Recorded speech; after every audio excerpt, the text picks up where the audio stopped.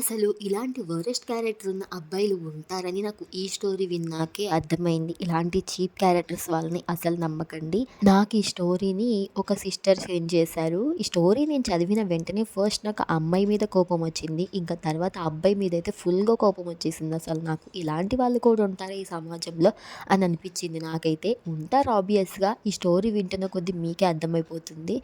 కొన్ని క్యారెక్టర్స్తో చాలా జాగ్రత్తగా ఉండాలని చెప్పేసి.